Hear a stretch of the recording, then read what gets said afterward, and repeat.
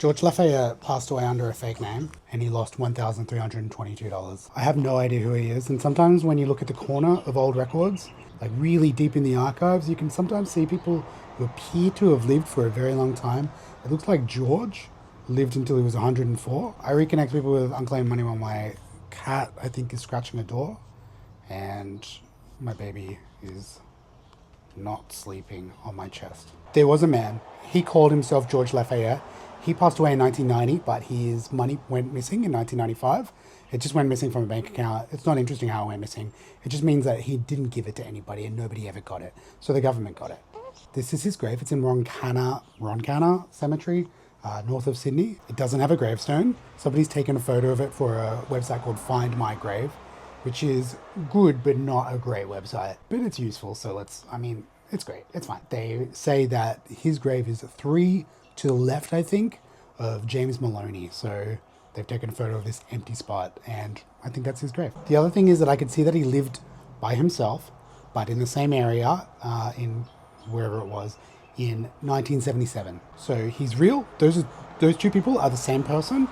They call themselves George. They are real. That is where my troubles began trying to unravel George Lafayette, because the name Lafayette in Australia is a lie. It's an affectation. Nobody in Australia has ever had the name Lafayette in a real way. They've always put it on themselves and then tried to live that life. As soon as I started looking at this, I found this George Lafayette who is in America. He says he was born in 1984. He says he was born in Australia. He only ever says that when he's in America. He joined the National Guard in California in 1904, and he wrote that he was born in Sydney, Australia. He also wrote that Australia is Australia or something like that. I went back through the records. There's no confirmed Lafayette births in Victoria, in New South Wales, in Queensland. I've looked under the name Fayette, Fayette,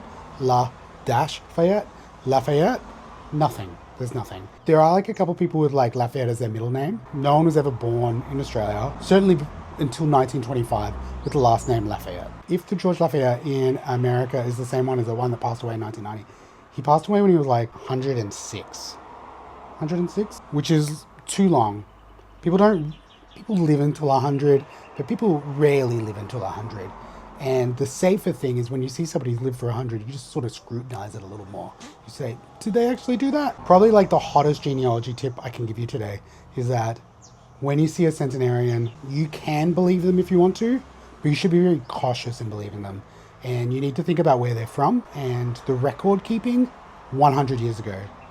The way I think about it is every new centenarian that comes to be, I believe them more than the centenarian behind them, because the record keeping in 1924 was worse than the record keeping in 1925, so on and so on and so on. But also if you see they're from like Poland or Czechoslovakia, or I don't know why I'm picking on those countries, just any sort of countries that don't even really exist as they did 100 years ago, I think it's really, really safe to start thinking, I don't know if that person is that age. They could be 10 years younger. I have a gripe about centenarians. I don't need to go on about it anymore. The point is the George Lafayette, who says he was born in 1884, he was not born as far as I can see in Australia. And it could be that I'm doing something wrong. It could be that they wrote down the name very weird because people didn't know how to spell as well back then as they do now. There's a variety of options, but I don't know what's happened. But I suspect he's probably lying. But I also don't know if he's connected to the George in Australia who's lost $1,300. I've already said it. The name Lafayette in Australia, not a real name. If somebody has that name, they or somebody in their past put that name upon them. Names are super malleable in the world of genealogy. They tend to not be. They tend to be like pretty good, but sometimes they can be. Also, I don't really identify as a genealogist, so I gotta stop saying that. A really, really good example of a fake but real Lafayette is Jacques Lafayette, who is such an interesting story, and I'm gonna unpack him a little bit, but he hasn't lost any money. I don't really understand him, but let's go. He fought in World War II. Actually, I think he was a sapper. I think he was just like a construction worker. But he was in World War II, and he went by the name of Jacques Lafayette. Says he doesn't have a criminal record, says he is a legitimate person. And then, if you read his World War II file, It just gets like, it becomes these like back and forth telegrams of the military just going, I think this guy's a liar, but like in a really polite militaristic way. They're like, this man, Jacques Lafayette, is saying that he is also H. Harris, that he has already been enlisted in World War II. So he's already in World War II. He says that he was in World War II previously and that he was shot in the shoulder. He was in the Middle East. He has a sort of very fabricated story that doesn't make any sense. And the military are just trying to work it out. They're like, is Jacques Lafayette a man named H. Harris? And he's also got like a fake number, like a military number for H. Harris. It's a whole thing. Eventually they're like, this is not true. And I don't know if it's a good lie back then. It doesn't even look like a good lie from now. And it certainly doesn't look like it would have been a good lie back then. But I don't know. I don't know what he was trying to pull off back then. I mean, obviously he was trying to get some more money, but it looks like a bad attempt at getting more money. Anyway, it's fine. But here's the thing. Jacques Lafayette, he was born Hughenden Anderson in 1912. In 1930, he was done for stealing clothes. I think he stole a gabardine coat, a vest, a cap, a couple shirts. Like he got a wardrobe, and that was in Townsville. And it says that he was in the School of Dancing, which kind of makes the name Jacques Lafayette make a little more sense. I've said Lafayette so many times now. It's killing me a little bit, but it's fine. But also in court, he says he was an orphan. He wasn't technically an orphan, but like I'm cool with people saying they're an orphan when they're not an orphan. I'm not judging him anyway. Lafayette, not real.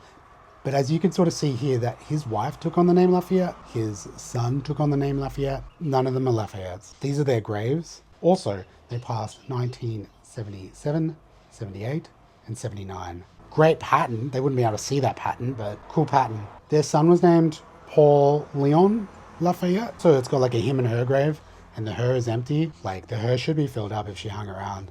So I had a quick look. It's so unrelated. Beverly Lafayette was his wife. She passed away, but I assume she's passed away somewhere in like in New South Wales. So Jacques Lafayette was a dancer. In 1937, I want to say, there was like these dancers down south. And I think they were actually technically acrobats, but they didn't use that term back then. These are the dancers, and this is Jacques' war photo. And it's the same guy. It's the same guy, right? I think so. I mean, clearly one's got a lot of makeup, and the other one a little bit stark, if you will. Definitely the same man. Here's the thing, not the same man. There was another Jacques Lafayette in the same country at the same time who was also a dancer. This is a ticket of this Jacques Lafayette going back to America. I didn't look him up. I kind of want to say, I don't even believe him, but it does say that he's French.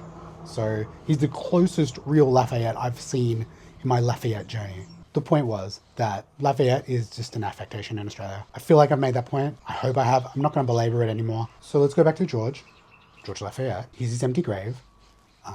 I did find, after a bit of searching, the one that said he was born in Sydney, Australia, actually passed away in like the 70s in California. That's resolved, but I found that out after I wrote the first bit of this video. Don't judge me, there's no tricks. But also I do know there was a George Lafayette in 1926 near Ararat at a place Motoa who stole some rabbit skins with a bunch of other dudes. His name was George Lafayette. He never shows up again either. I feel as if he is the closest to the George Lafayette that lived in Sydney in 77 and passed away in 1990. That's all I've got. So I don't think I'll ever get this money back to anybody. I've given up, frankly. I just don't think I'm going to be able to get that money back to anybody. I don't think George Lafayette is real, but he was a real person. Does that make sense? Okay, I hope so. If you love Unclaimed Money as much as me, you should follow me. Also, Lafayette means like place of beech trees, if you're wondering. It's French. Obviously, Americans froth at the name Lafayette. Every town has a place called Lafayette in it. Either a corner or a street or whatever. They froth over it. I could tell you who he was, but it doesn't matter. He's in Hamilton. Also, if you know anybody in Australia with the last name Lafayette, tell them what I said.